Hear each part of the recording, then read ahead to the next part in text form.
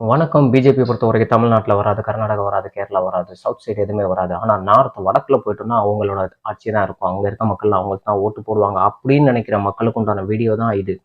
எதை நினைச்சிட்டு நீங்க அப்படி சொல்றீங்க? நீங்க நார்மலா வந்து ஒரு மீடியாவை பார்த்துட்டேன். ஒரு மீடியால சொல்றப்ப அவங்க சர்வே எல்லாம் நான் எடுக்கிற சர்வே பூரா 399 அவங்களுக்கு, 380 அவங்களுக்கு, 320 வருது அவங்களுக்கு அப்படின்னு நினைச்சிட்டு தானே? அப்படி போடுற சர்வே எல்லாமே பிஜேபியோட மீடியா தான். அதாவது நல்லா செயல்பட்டுட்டு இருந்த மீடியாவை கூட உங்க விலை கொடுத்து வாங்கிட்டாங்க. விலை கொடுத்து வாங்க வாங்க முடியாத மீடியா பெரிய மனுஷங்களை எல்லாம் பிடிச்சி உள்ள தூக்கி போட்டாங்க. அவங்க மேல கேஸை போட்டாங்க, இதெல்லாம் போட்டாங்க. அப்ப அங்க இருக்க மீடியாலாம் என்னங்க பண்ணுவாங்க? அஃப்கோர்ஸ் நீங்க சொல்றது தான் கேட்பாங்க. ஸோ அதுதான் வந்து இன்னைக்கு இந்த தேதியில நீங்க உடனே கூகுள்ல சர்ச் பண்ணி ப்ரீ போல் சர்வே அதுல யார் வரப்போறா அப்படின்னு சொல்லிட்டு எடுத்து பார்த்தீங்கனாலே ஒரு 4, 5 கம்பெனி வரிசையா வரும். அந்த கம்பெனில போய் செக் பண்ணி பார்த்தீங்கன்னா, அவங்க போட்டிருக்க சர்வே எல்லாமே 399, 380, 320, 370, 400 அடிச்சு விட்டுற கதை தான். ஆனா உண்மையான மனநிலைமை, மக்களோட மனநிலைமை, ஹிந்தி பேசுற அந்த மக்களோட மனநிலைமை எல்லாம் கம்ப்ளீட்டா மாறி இருக்குங்க. நான் அதாவது இவங்கள போய் செக் பண்ணி பார்க்கல. மீடியாஸ் இவங்கள செக் பண்ணி பார்க்காம, சோசியல் மீடியால போய் செக் பண்ணி பார்த்தேன். ஒரு சில வீடியோஸ்லாம் இவங்களுக்கு பிஜேபிக்கு எதிரா போட்டிருக்க வீடியோஸ் எல்லாம் பல வியூஸ் போகுதுங்க.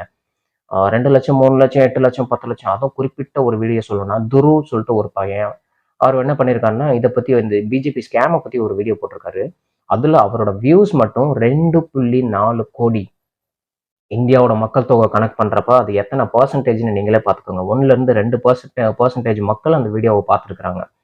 அப்ப அப்படின்னா ஸோ அப்படி மக்கள் ஆனால் அதுல வந்து ஆல்மோஸ்ட் முக்கால்வாசி மக்கள் பாத்தீங்கன்னா அதுல ஹிந்தி பேசுற மக்கள் தான் அவங்களுக்கு நிறைய ஆதரவு கொடுத்துருக்காங்க. அவ்வளோ லைக்ஸ், அவ்வளோ கமெண்ட்ஸ் அந்த கமெண்ட் எல்லாம் பாக்குறப்ப மனசுக்கு கொஞ்சம் ஆறுதலா இருக்கு. ஓகே, இன்னும் அந்த மக்கள் முடிச்சுதான் இருக்கிறாங்க அப்படின்னு சொல்லிட்டு.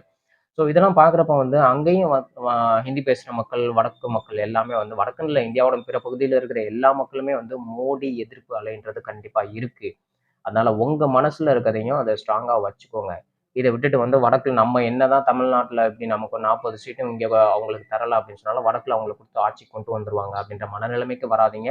அங்கேயும் மக்கள் மாறி இருக்கிறாங்க. இதையும் மீறி அவங்க வர்றாங்க அப்படின்னு சொன்னால் அவங்க ஏதாவது ஒரு பிரச்சனைகள் பண்ணி ஏதாவது ஒரு தில்லுமுல்லு பண்ணி தான் வந்து எலெக்ஷன்ல சீட் அடிப்பாங்களே ஒழிய மக்கள் மனதுல நின்று வாக்குச்சீட்டா வாங்கி அவங்க வென்று வரமாட்டாங்க. உங்க மனசை ஸ்ட்ராங்கா வச்சுக்கோங்க. நீங்க யாருக்கு ஓட்டு போடணுன்றது கண்டிப்பா தெரியும்.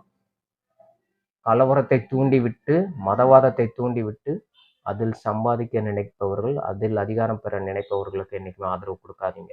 இங்க தமிழ்நாட்டிலயும் ஒரு அறவேக்காட்டுட்ட குடுத்துட்டு, அந்த பிஜேபி தலைமைன்னு சொல்லிட்டு மாநில தலைவர்ன்னு சொல்லிட்டு ஒருத்தர் கையில குடுத்துட்டு, அவர் போடுற ஆட்டம் அத விட பயங்கரமா இருக்கும். நாங்க வல்லவர், நாங்க நேர்மையானவங்க, நாங்க பெரியவங்க அப்படின்னு சொல்லிட்டு இன்னும் அவர் மிரட்டின வீடியோலாம் நெறைய இருக்கு. இடி ரைடு அவங்க வீட்டுக்கு அனுப்பட்டுமா? இடி ரைடு அனுப்பட்டுமான்னு எத்தனையோ வீடியோஸ் வந்து அவர் போட்டிருக்கிறாரு. ஸோ வந்து அவர் படிச்சிருக்கிறாரு, ஐபிஎஸ்ஸா படிச்சிருக்காரு. படிச்சவர் நெனச்சு அதையும் நம்பி போயிறாதீங்க. படிச்சவங்களையும் ஒரு சில கெட்டவங்க இருக்கத்தாங்க செய்றாங்க. அதனால எல்லாத்தையும் நம்பாதீங்க. படிச்சுட்டான், நெறையா பண்ணிட்டான், ஐபிஎஸ் படிச்சுட்டாங்க அப்படி இப்படின்னு சொல்லிட்டு அவங்கலாம் வந்துட்டால் நல்லா இருக்கும், நாடு சூப்பரா இருக்கும்னு நெனைக்காதீங்க. அவரோட ஆக்டிவிட்டீஸ் எல்லாத்தையும் பார்க்குறப்ப அது என்னன்னு சொல்லிட்டு நல்லா நாடறிஞ்சவங்களுக்கு, நல்ல அனுபவம் உள்ளவர்களுக்கு அவர் பேசும் வார்த்தைகள வச்சும், அவரோட நடவடிக்கைகளை வச்சும், அவர் எப்படின்னு சொல்லிட்டு அவங்களுக்கு நல்லா தெரியும். ஸோ ஏமாந்துராதீங்க மக்களே. உங்களோட ஓட்டுக்கள் சிதறடிச்சிடாதீங்க. கரெக்ட்டா போடுங்க. ஃபைனலா அந்த வீடியோல என்ன சொல்றேன்னா, ஸோ நார்த்ல இருக்க மக்கள்லாம், வடக்குல இருக்க மக்கள்லாம் வந்து பிஜேபிய கொண்டு வந்துருவாங்க. நாங்க கொண்டு வர மாட்டோம்னு நெனைக்காதீங்க. அங்க இருக்க மக்களும் கொண்டு வர மாட்டாங்க. மனநிலைய மாத்திக்கோங்க.